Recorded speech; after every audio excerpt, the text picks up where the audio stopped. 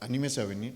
Si usted es líder de familia, es jefe de familia, le van a servir mucho estas enseñanzas. Y pues esta reunión que viene tiene la peculiaridad de que va a ser también al tiempo en el que es la reunión de jóvenes. Entonces tráigase a su muchacho, déjenoslo aquí en la reunión de jóvenes, o a su jovencita que es su hija, y usted quédese a escuchar de la palabra del Señor. Va a ser de bendición para usted. Y vamos a entrar al estudio de la palabra. Y el título de nuestro mensaje hoy es especial, es cuando es necesario decirle que no al jefe. Y yo sé que suena impactante el título, pero hay ocasiones en las que se ocupa decirle que no. Sí, y ahorita vamos a ver cuándo son esos casos, pero antes de eso ocupamos aclarar algunas cosas porque no queremos que se malinterprete el mensaje. Mire, las relaciones laborales tienen varias características que las diferencian de las demás relaciones humanas. Una muy importante y con la que todos estamos familiarizados es el pago de un salario a cambio de la prestación de un servicio. Pero hay otra característica que nos enseñan a nosotros cuando estudiamos derecho del trabajo, que se llama la subordinación. Es una característica indispensable de toda relación laboral, la subordinación. ¿Y en qué consiste este elemento, esta característica de la subordinación? Bueno, en dos cosas. La primera es la facultad legal que tiene el patrón de dictarnos o decirnos qué lineamientos debemos de seguir, qué instrucciones debemos de acatar. Es también su facultad legal para darnos las órdenes que él considere convenientes para alcanzar los fines de la empresa. La empresa en la que uno trabaja o en el lugar donde uno trabaja tiene un objetivo. Uno de los principales es tener ganancias, obviamente, a través de la prestación de algún servicio o de la oferta de algún producto.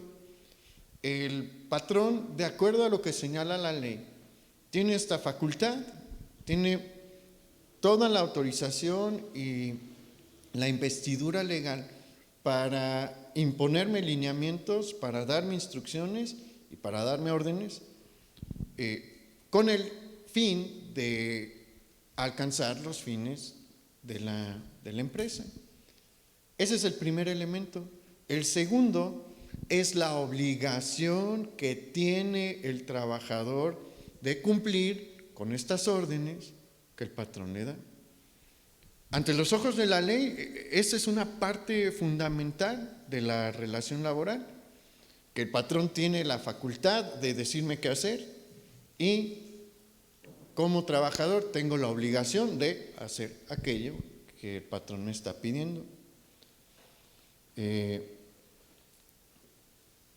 Un punto importante aquí es que la ley lo que contempla es que estas órdenes e instrucciones y lineamientos que me da el patrón deben de estar encaminadas, como mencionamos, a alcanzar los fines de la empresa. Y aquí es en donde quiero hacer una aclaración importante antes de continuar con nuestro mensaje. Y es que el trabajador, en términos generales, no puede decirle que no al patrón cuando le está dando una orden relativa a su trabajo, en la jornada de trabajo. Mientras yo esté en la oficina cumpliendo con mi horario y el patrón me diga, hay que sacar este trabajo, hay que revisar esto, hay que hacer esto y esto, yo lo tengo que hacer de la mejor manera posible, como si lo estuviera haciendo para el Señor. No puedo ser un flojo, de ninguna manera puedo ser un rebelde. El Señor espera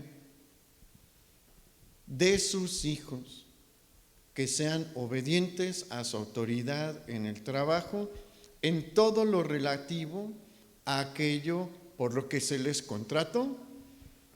Se nos contrata para realizar una actividad.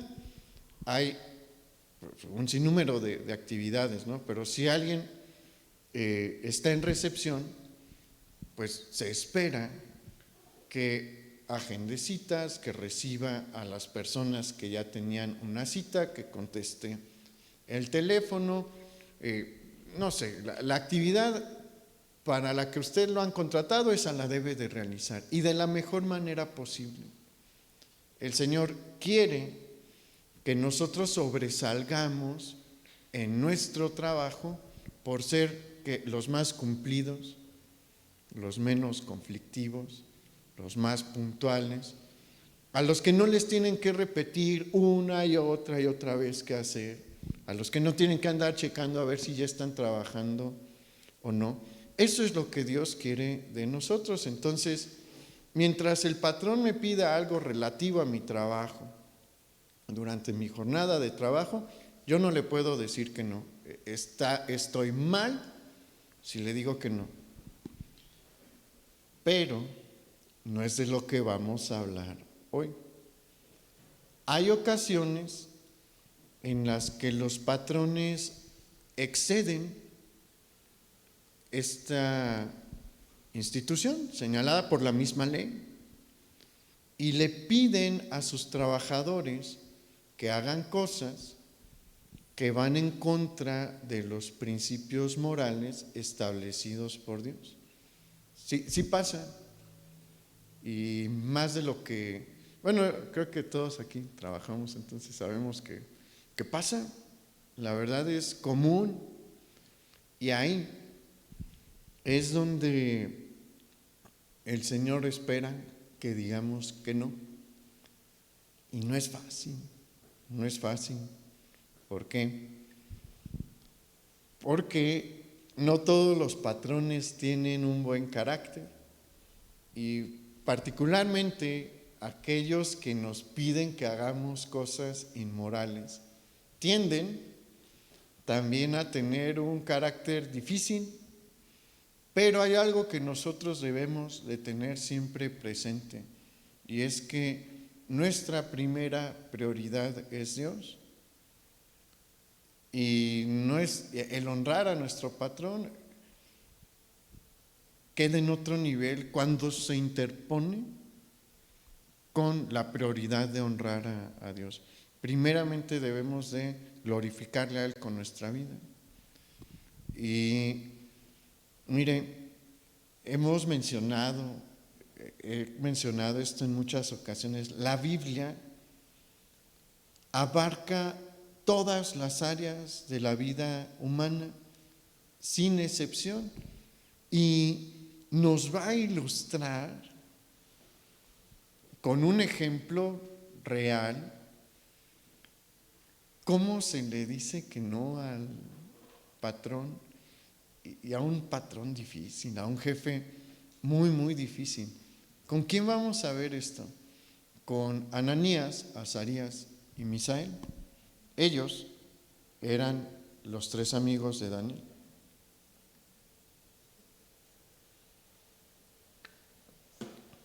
Y ellos tenían un jefe, un patrón, que usted no quiere tener.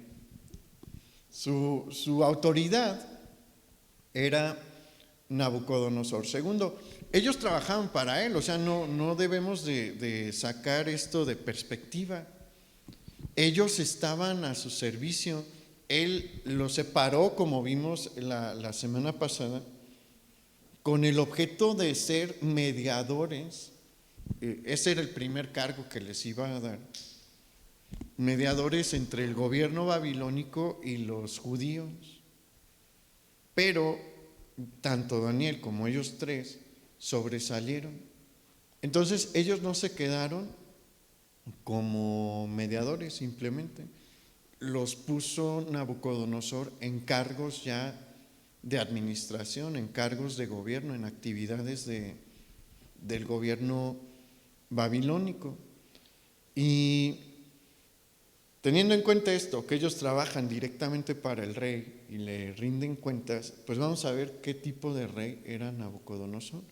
Resulta que Nabucodonosor II es el rey más poderoso de la tierra en ese momento.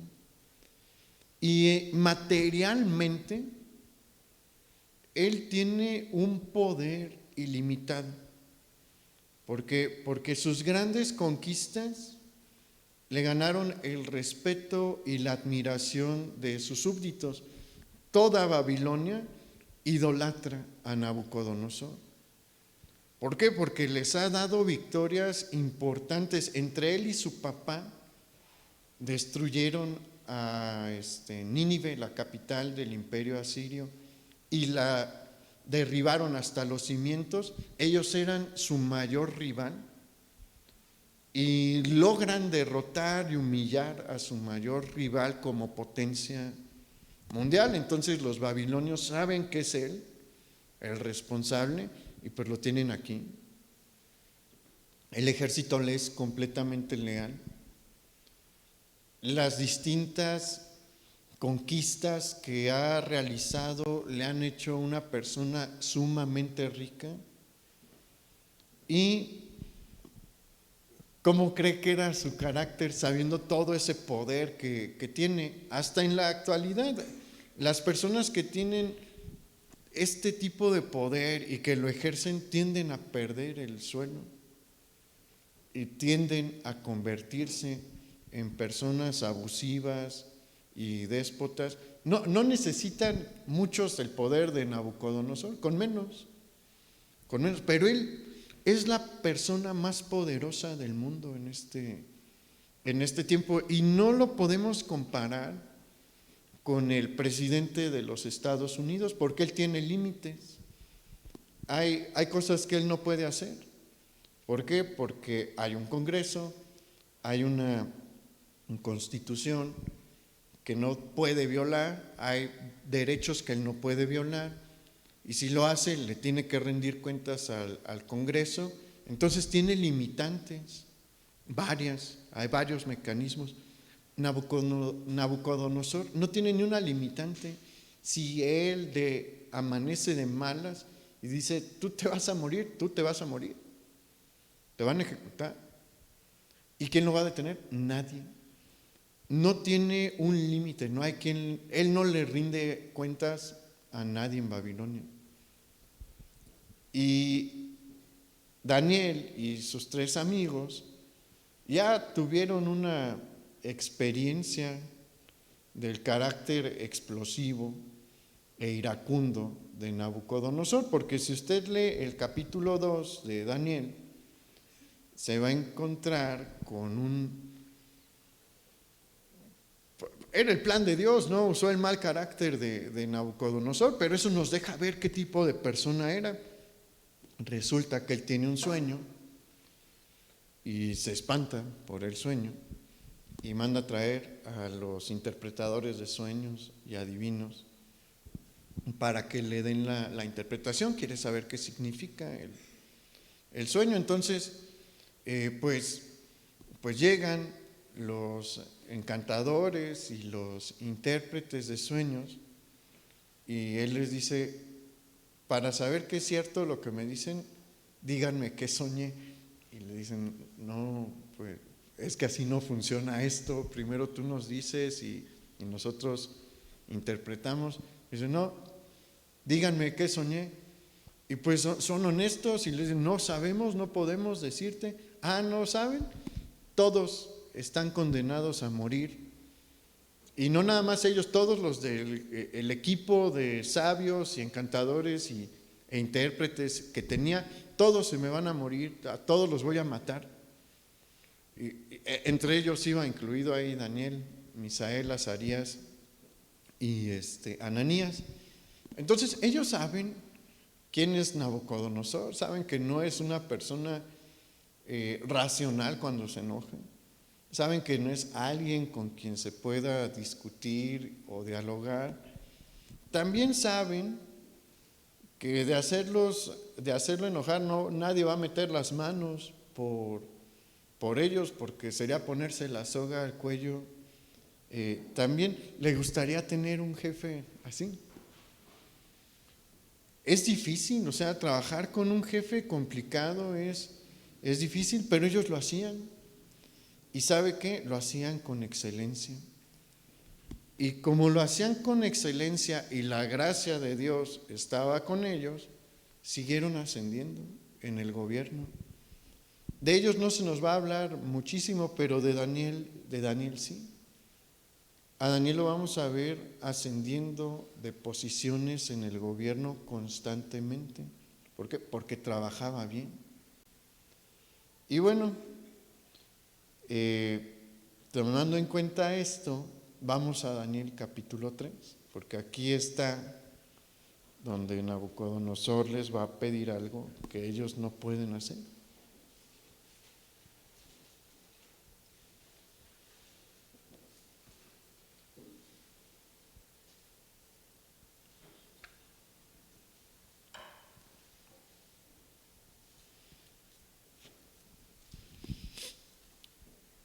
Daniel capítulo 3, versículo 1, dice lo siguiente: el rey Nabucodonosor hizo una estatua de oro cuya altura era de 60 codos y su anchura de 6 codos. La levantó en el campo de Dura, en la provincia de Babilonia, y envió el rey Nabucodonosor a que se reuniesen los sátrapas, los magistrados y capitanes, oidores, tesoreros, consejeros, jueces y todos los gobernadores de las provincias, para que viniesen a la dedicación de la estatua que el rey Nabucodonosor había levantado.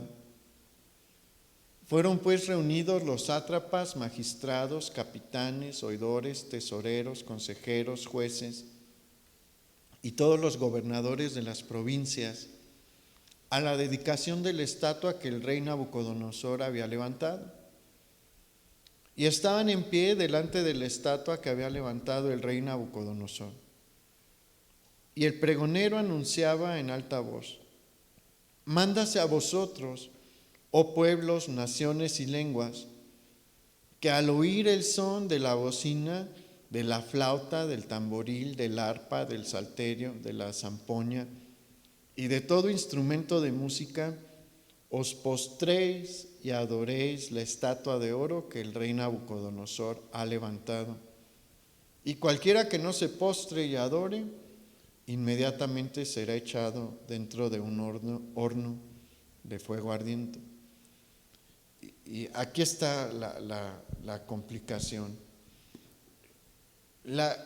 Nabucodonosor manda hacer esta estatua monumental de 60 codos, que son aproximadamente 30 metros de altura, y 16 codos de base, son como 3 metros también.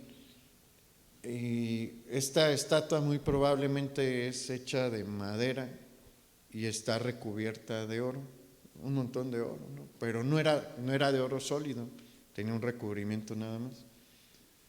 ¿Y quién era el que estaba representado allí en la estatua? Muy probablemente era una estatua de Nabú. Nabú era el dios protector del rey, uno de los dioses babilónicos. Por eso, mire, le digo que los nombres en el Antiguo Testamento eran bien importantes y deberían de ser importantes para nosotros también.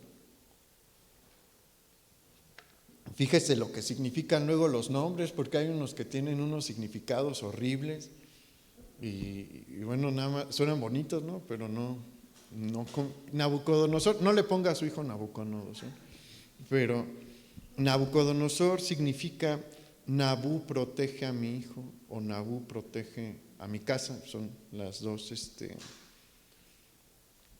dos interpretaciones de este nombre. Y pues era probablemente el dios predilecto o uno de los dioses predilectos de la casa de Nabucodonosor, de su familia, y pues decide hacerle esta gran estatua.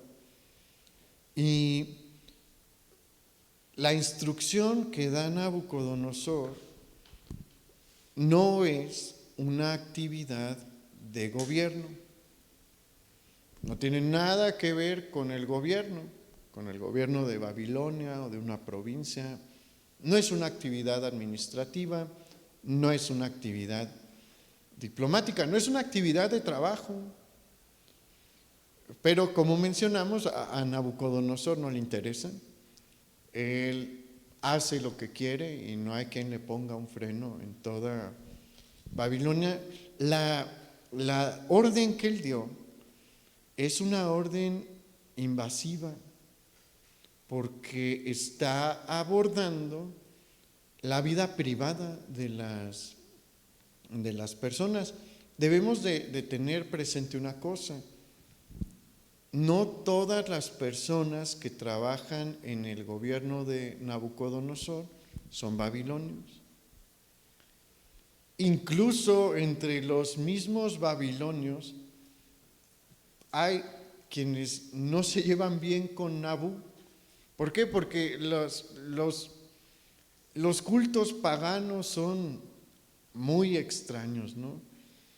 Los dioses paganos son déspotas como Nabucodonosor, caprichosos como Nabucodonosor, y aman y odian por capricho, no por la razón ni por méritos.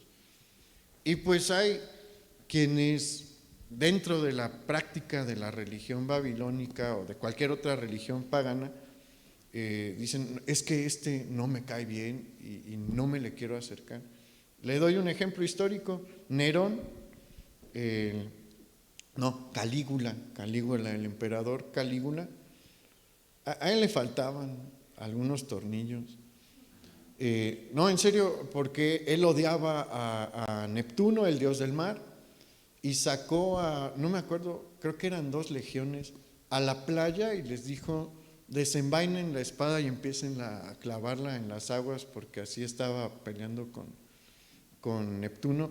Bueno, así se podía dar también la situación en Babilonia. No todos los babilonios eran devotos seguidores de Nabú. Los dioses tenían pleitos entre sí, tal vez uno adoraba a otro dios que estaba peleado con Nabú.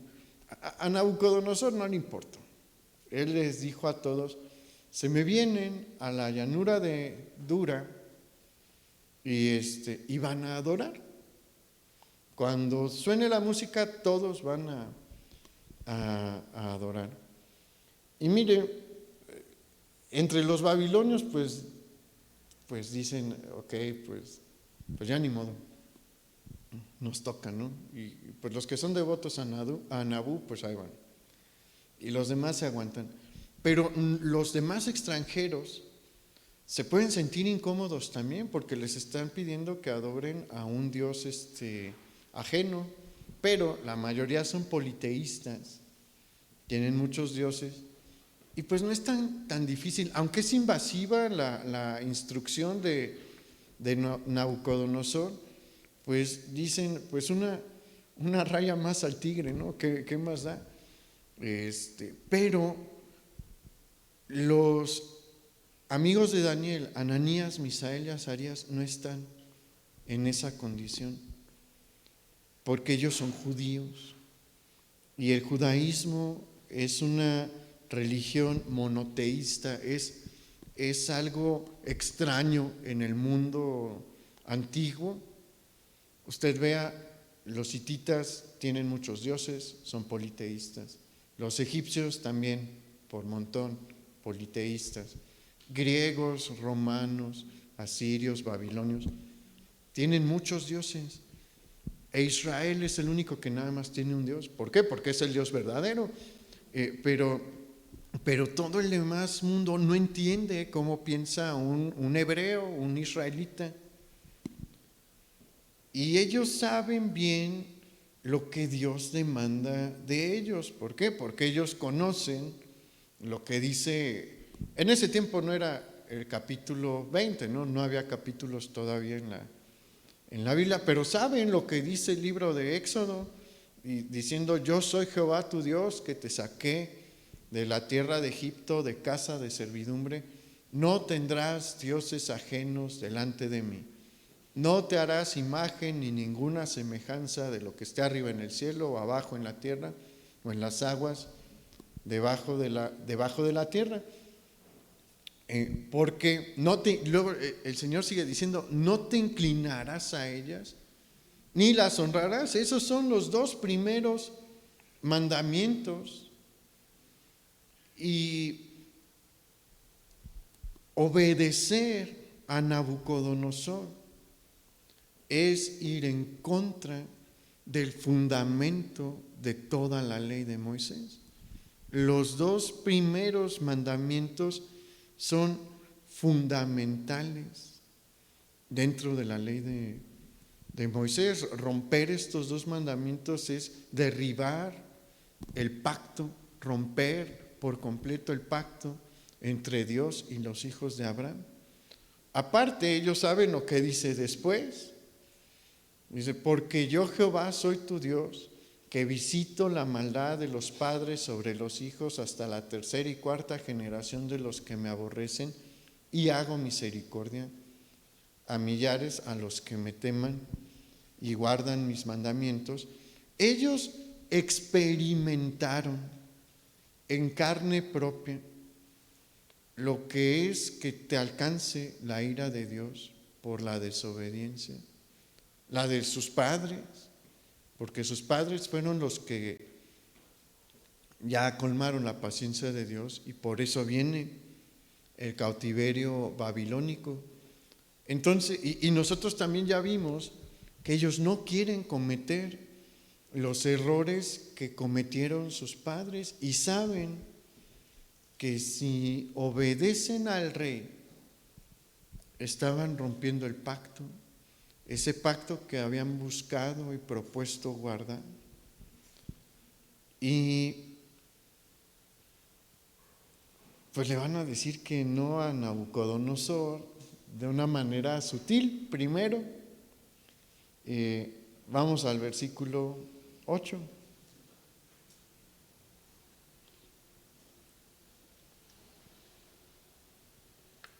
Ahorita leemos el versículo 8, espérenme tantito. Cuando ellos tuvieron que asistir a esta ceremonia, porque eran funcionarios de gobierno de un nivel. Los funcionarios que fueron llamados no eran cualquier funcionario. Vea lo que dice el versículo 3. Dice: fueron reunidos los sátrapas. Los sátrapas eran, haga de cuenta, como nuestros secretarios de gobierno ahorita, como el secretario de gobernación, el de la defensa y las demás secretarías. Eran los más cercanos y la esfera más alta del gobierno después de Nabucodonosor. Luego los magistrados, que son un tipo de juez, los capitanes del ejército. Los oidores, ahí se refiere a los que están haciendo las crónicas, el tesorero, el consejero, el juez, los gobernadores de las provincias. ¿Qué significa esto? Que estos tres jóvenes tienen algunos de estos cargos de gobierno. Es la élite del gobierno babilónico. Daniel no está allí, no porque él tuviera un cargo menor, varios comentaristas creen que en este tiempo probablemente él salió en una misión diplomática y por eso no estaba en Babilonia, pero ellos sí, y se iba a notar su ausencia, no era algo a lo que podían faltar, a menos de que hubiera una causa de peso, como que estuvieran en el lecho de muerte, y no me puedo imaginar otra. Entonces tienen que asistir y dan la señal, empieza a sonar la música y pues son muchas personas, ¿no? Y todos se inclinan y estos tres se quedan parados. Tenían que asistir, pero no se postran. Y no pasa nada ahí. No hubo problema en ese momento, pero vea lo que pasa en el versículo 8. Era ya una manera de decirle que no a Nabucodonosor, no postrándose. Pero por alguna razón, Nabucodonosor no los vio, nunca se dio cuenta. Pero vea el versículo 8. Por esto, en aquel tiempo, algunos varones caldeos vinieron y acusaron maliciosamente a los judíos. Y hablaron y dijeron al rey Nabucodonosor: Rey, para siempre vive. Tú, oh rey, has dado una ley que todo hombre, al oír el son de la bocina, de la flauta, del tamboril, del arpa, del salterio, de la zampoña y de todo instrumento de música, se postre y adore la estatua de oro. Y el que no se postre y adore será echado dentro de un horno de fuego ardiendo. Hay unos varones judíos, los cuales pusiste sobre los negocios de la provincia de Babilonia, Sadrach, Mesach y Abednego. Estos varones, oh rey, no te han respetado, no adoran tus dioses, ni adoran la estatua de oro que has levantado. Miren, en el trabajo siempre va a haber gente así, siempre. Y por eso le digo que la Biblia es tan fabulosa, porque le dije que todas las áreas de la vida, ¿no? ¿A poco no le ha tocado a alguien así en el trabajo? Que nada más está viendo en qué falla uno para ir con el chisme, con el jefe. Uno no es perfecto y puede tener ciertos deslices, y pues este era un desliz grande. Seguramente Ananías, Misael y Azarías salieron de la primera reunión relajados, dijeron: del Señor nos libró y no pasó nada, nadie se dio cuenta. Pero estos que les tenían envidia, ¿por qué creen que les tenían envidia? Porque eran extranjeros, pero eran tan eficientes, y como mencionamos, la gracia de Dios estaba sobre ellos, que los puso en la administración de la ciudad de Babilonia, la capital del imperio. Y ahí se nos menciona que ellos eran caldeos. ¿Qué significa eso? Ellos eran babilonios. Y al ver que unos judíos están ocupando cargos que ellos ambicionaban, pues nada más estaban viendo a ver qué hacían mal para acusarlos con Nabucodonosor. Y ahí es donde viene la verdadera prueba. Ellos sabían, los tres sabían, que al no postrarse se estaban jugando la vida. En la reunión general donde estaban todos, sabían que ahí su vida pendía de un hilo muy delgado. Pero la manera en la que fueron probados fue extrema, la verdad fue extrema, porque como mencionamos, pues Nabucodonosor no es la persona más paciente y tranquila del mundo. Y vea lo que hizo, vamos al versículo 13. Entonces Nabucodonosor dijo con ira y con enojo que le trajesen a Sadrach, Mesach y Abednego. Al instante fueron traídos estos varones delante del rey. Habló Nabucodonosor y les dijo: es verdad, Sadrach, Mesach y Abednego, que vosotros no honráis a mi Dios, ni adoráis la estatua de oro que he levantado. Ahora pues, estáis dispuestos para que al oír el son de la bocina, de la flauta, del tamborín, del arpa, del salterio, de la zampoña y de todo instrumento de música, os postréis y adoréis la estatua que he hecho, porque si no la adoréis, en la misma hora seréis echados en medio de un horno de fuego ardiendo. ¿Y qué Dios será aquel que os libre de mis manos? Y esta es una escena difícil porque no hubo intermediarios, los llevaron justamente a la presencia de Nabucodonosor. Y se nos señala al principio, en el versículo 13, que él reaccionó ¿con qué? Con ira y con enojo. No estaba de buenas, no estaba en un modo paciente a ver si. La intención de Nabucodonosor es doblegarlos hasta que se rompan, obligarlos a adorar a su Dios, Nabú. Y Azarías, Misael y Ananías saben qué es lo que está pasando y que entre los seres humanos nadie les va a poder ayudar, porque ellos están en Babilonia, la capital del imperio más poderoso del mundo. No hay un ejército en este tiempo que le pueda hacer frente al ejército babilónico. Nadie le va a ganar.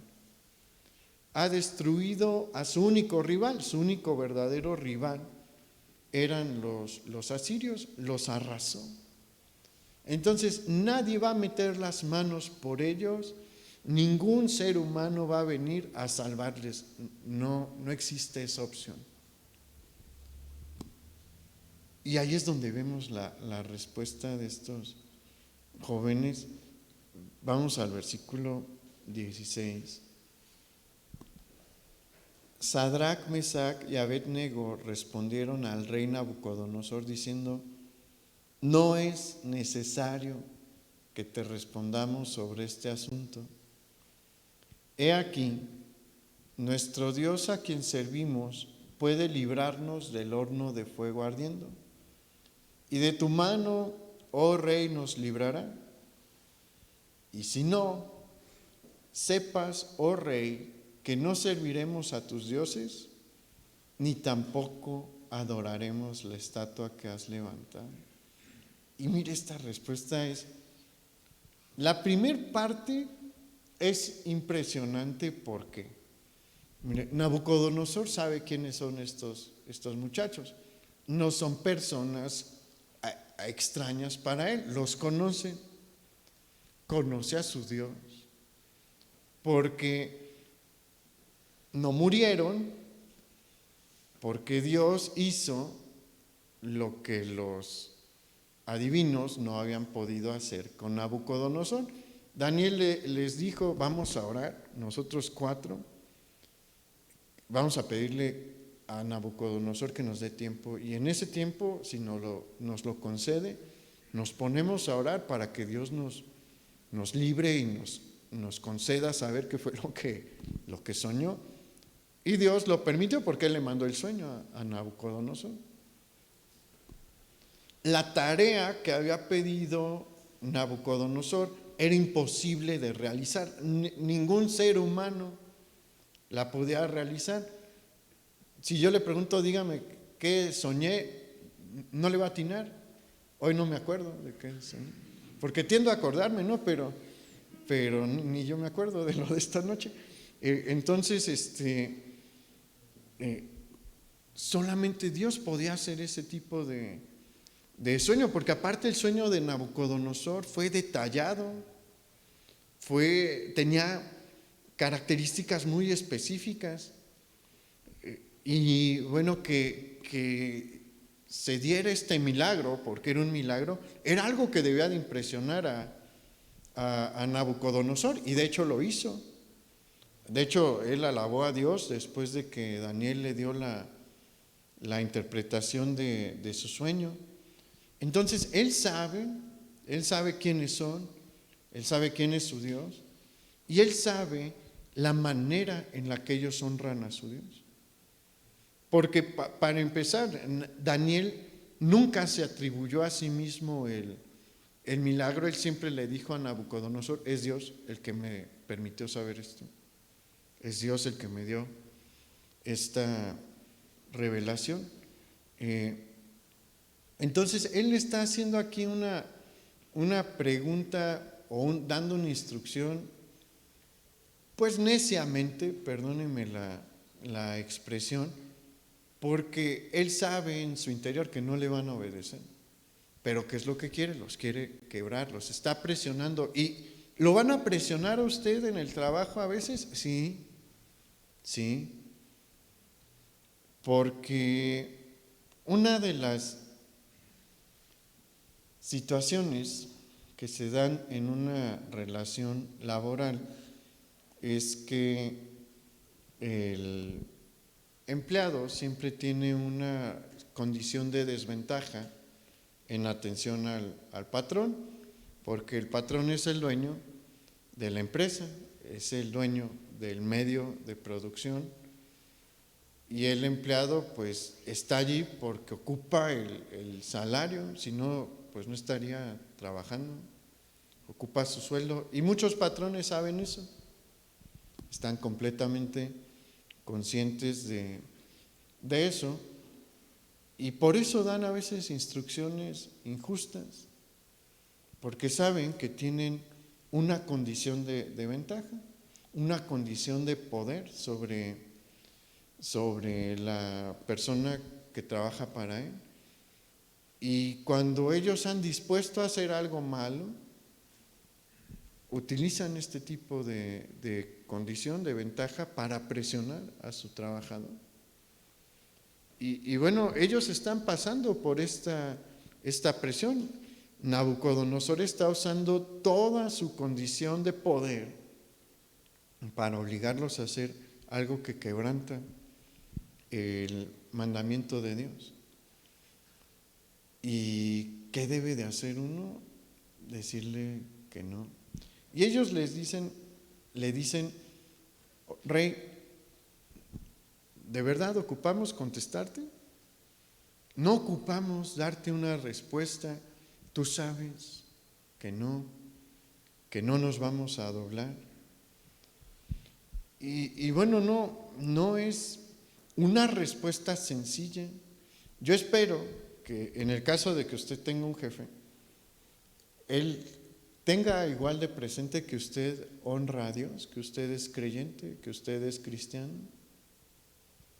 Porque ahí pues usted va a estar en esta misma condición de decir: pues es que no, ni me debería de preguntar, jefe, esta cosa, yo no hago eso.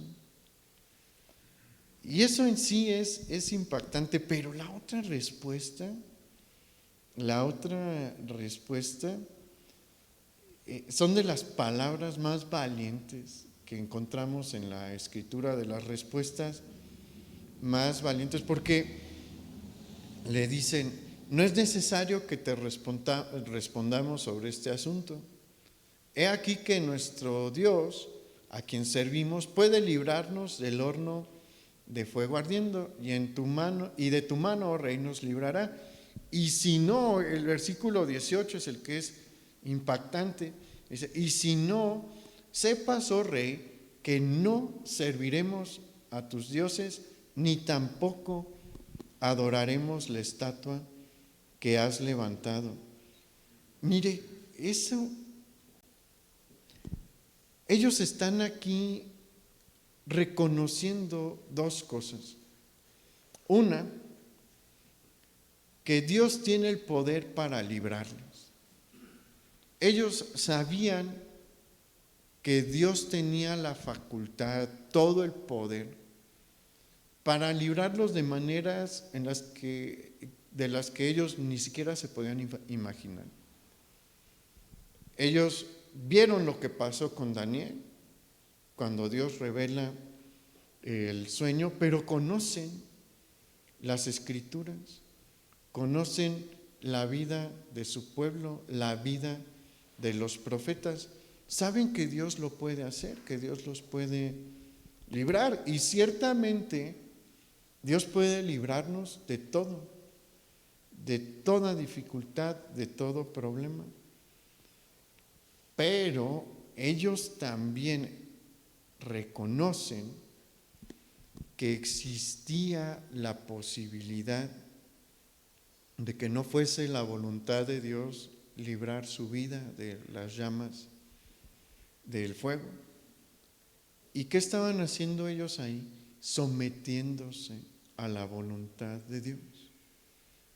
Cuando ellos dicen, y si no, le están diciendo a Nabucodonosor, pero también le están diciendo al Señor, Señor, si no es tu voluntad, la aceptamos.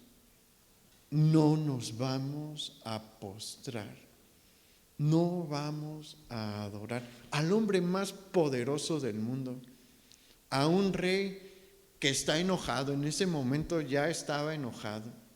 Antes de que llegaran, él ya estaba enojado y nada más esperando la oportunidad para explotar.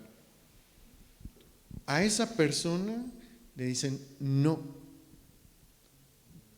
y no me importan las consecuencias. Miren, son ejemplos impactantes. Mucha gente cede ante la presión del jefe, frecuentemente, por muchísimas cosas. Pero aquí vemos, aparte estos son muchachos, o sea, no crea que son personas en su etapa de adulto ya maduro, no, son jovencitos y confiaban tanto en Dios y se sometían tanto a la voluntad de Dios que le dicen al hombre más poderoso del mundo, no me importa lo que me quieras hacer, no me importan las consecuencias, no voy a desobedecer a mi Dios por obedecerte a ti. Y ahí es donde Nabucodonosor explota. Ahí puede que su jefe explote. Y en su caso particular también pueden suceder las dos cosas. Puede que Dios le libre y haga entender a su jefe. Puede que no. Aquí todo parecía ser que no la iban a librar porque Nabucodonosor aparte pidió que se calentase el horno 7 meses más de lo común. Esa expresión refiere a poner el horno a la máxima temperatura posible. No sabemos cuánto era, pero estaba tan caliente que cuando los avientan los soldados y tienen que abrir una como compuerta para echarlos por ahí, el aire está tan caliente que cuando ellos lo respiran les queman los pulmones y caen muertos. Y pues así los aventaron al horno y Dios decidió librarlos. ¿Por qué? Porque le iba a dar una lección al hombre más poderoso de la tierra. Él se metió directamente con Dios. Les dijo que su Dios no los puede librar de mi mano. Y esas son de las cosas que a Dios de verdad le molestan. ¿Se acuerda el Titanic? Hay veces que la humanidad de verdad ciertos personajes de la humanidad le colman la paciencia a Dios y Dios interviene. La propaganda que se hizo del Titanic fue internacional, diciendo que ni Dios podía hundir al barco. No salió del primer viaje. ¿Se acuerda de John Lennon? Que también dijo que ellos eran más famosos que Jesús y que su fama iba a trascender la fama de Jesús. Lo terminaron asesinando. Y sí, los Beatles siguen siendo conocidos por algunas generaciones, porque ya las nuevas generaciones no tienen ni idea, ¿no?, de su música. Tienen unos gustos musicales bien malos las nuevas generaciones.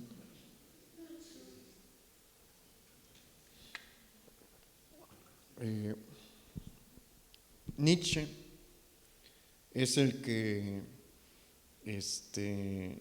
acuñó la frase Dios está muerto, y Dios lo hirió con locura. Hay gente que dice que no, pero es demasiada casualidad que, siendo uno de los filósofos más importantes de su época, haya terminado en la condición de locura en la que paró. Él era medio liberal en su sexualidad y pues visitaba luego burdeles, y dicen que de ahí agarró sífilis o una enfermedad venérea, pero no es casualidad. O sea, no es el primer filósofo que se porta mal. Había muchos filósofos perversos también, ¿no?, o inmorales que se refirieron mal sobre Dios o que negaron la existencia de Dios. Pero Nietzsche es un ateo icónico.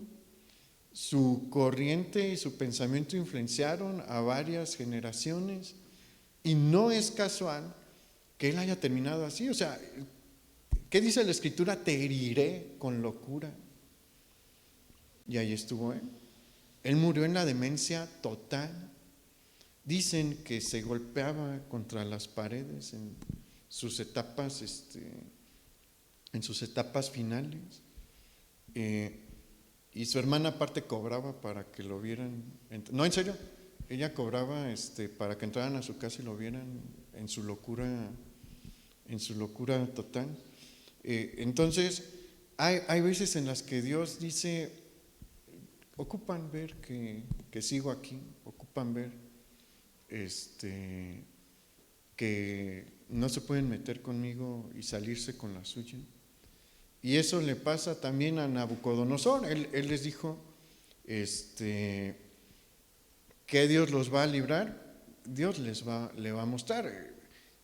Nabucodonosor sabe las llamas que hay allí y se espanta de lo que ve, porque ha de haber sido impresionante. Y a ellos les quiero preguntar qué se siente ya cuando estemos allá, porque anduvieron paseándose ahí entre las flamas. Meta la mano al horno y vea qué le va a pasar o en una fogata. Y ellos felices duraron un rato hasta que se apagó, y ven al ángel de Jehová, porque él es el que desciende a protegerles. Y ahí es donde Nabucodonosor se lleva el susto, no su último susto, pero uno de los sustos de su vida por retar a Dios.